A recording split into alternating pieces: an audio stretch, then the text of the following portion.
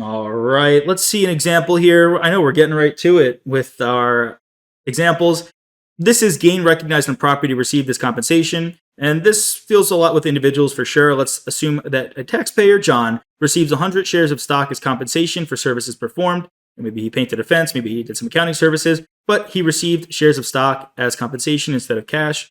At the time of the transfer, the stock has a fair market value of $50 per share. To determine the gain on the sale of the stock, we need to calculate the adjusted basis and the amount realized from the sale. Sounds good? Moving on, the adjusted basis, since John received the stock as compensation for services, the fair market value of the stock will be considered taxable income, and it's included in his gross income for the year.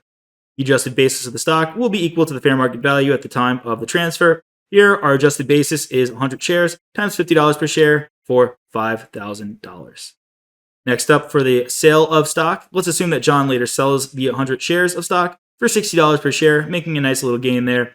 Now, the amount realized, what did John really get? He got 100 shares times $60 per share, which is $6,000. That's the amount realized, but what's the gain realized? We always have to be incredibly on point with all of these. What is the amount realized? What's the gain realized? They could just change one word and all of a sudden it's a different number. It's a different concept. So here now the gain recognized, to recognize a gain, we subtract the adjusted basis from the amount realized. The amount realized minus the adjusted basis is going to be $1,000. Now in this case, the gain realized is the same as the gain recognized.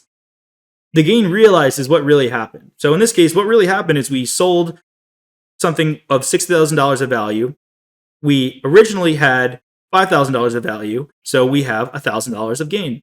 Anytime you have a gain recognized, so what realized is what really happened in the real world, and what's recognized is what you record on the tax return or financial statements if you're dealing with the financial exam. So what affects the difference between those are going to be arbitrary IRS rules, which we'll explore and go through and make sure you understand. Now, in this example, John should recognize a gain of $1,000 in the sale of stock. It says should because you self-report everything on your tax return. If he doesn't, that would be incorrect and you'd be lying to the IRS, which you don't want to do.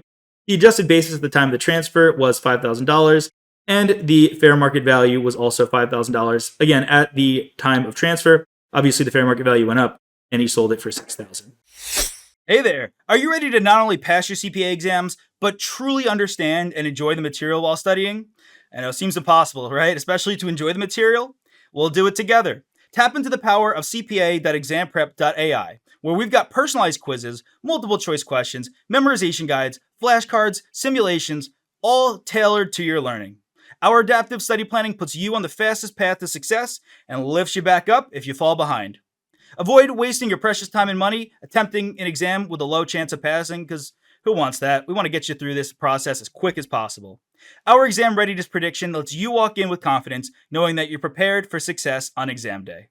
Thankfully, there's no payment method needed to get started, so why don't you come join us? Visit cpa.examprep.ai and let's achieve your exam success together.